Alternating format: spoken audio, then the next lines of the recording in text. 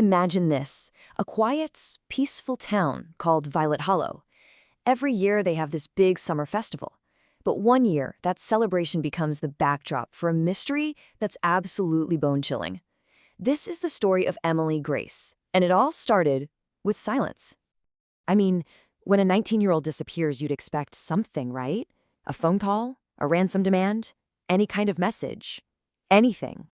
But in those first critical hours, which then stretched into days, the search for Emily turned up absolutely nothing. No witnesses who saw anything, no sign of a struggle. It was a complete blank. It was truly as if she had just evaporated into thin air, leaving behind this giant void that was filled with nothing but questions and a fear that just grew and grew. It's a terrifying thought, isn't it? It really forces you to think about how fragile everything is. And for the people living in Violet Hollow, this wasn't just a scary thought. It became their reality. Okay, so let's really dive into this. Violet Hollow was one of those picture-perfect, tight-knit communities. You know the kind where everybody knows everybody. But in the summer of 2024, that sense of peace was just completely shattered. We're talking about Emily Grace. She was just 19, a really bright and popular kid with her whole life mapped out in front of her. And that summer festival, it was supposed to be the highlight of the year. Instead, for Emily, it was the last place anyone ever saw her. So let's look at the timeline of her last known hours. She's at the festival, she's with her friends, she's seen at 9 p.m., right in the middle of a crowded town square. Then, she apparently leaves to go meet someone, but nobody knows who. And just like that, after 9 o'clock, she's gone. The trail goes completely cold. Well, as you can imagine, Emily's disappearance sent these immediate shockwaves through the whole community. And as the search got underway, so did this really chilling sense of dread. And the reality of this investigation was just agonizing. Days bled into weeks.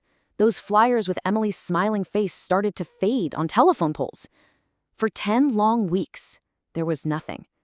Just a painful, heavy silence.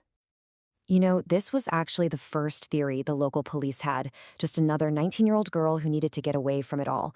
But that assumption, wow, it turned out to be a huge misstep.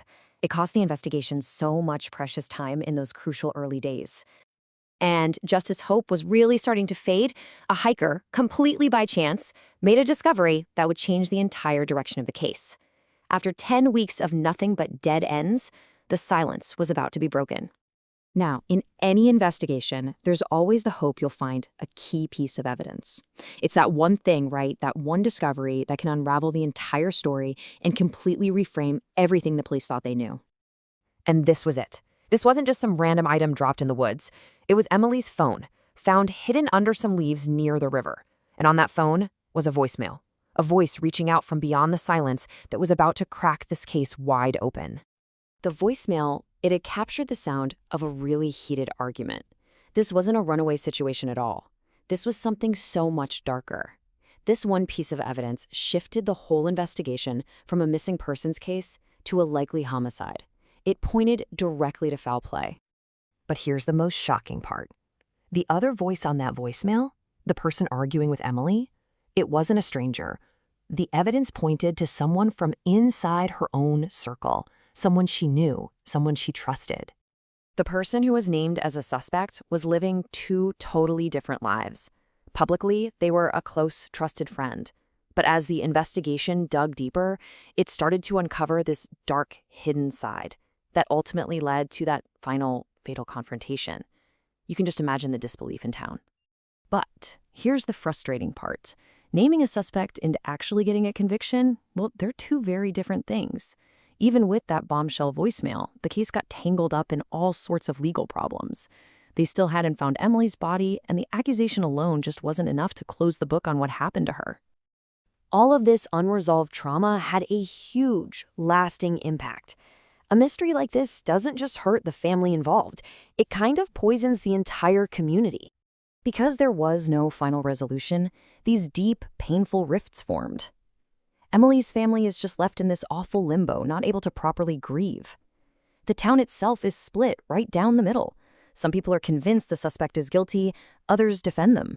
The peace that Violet Hollow was known for is just gone, replaced by suspicion and this deep sadness.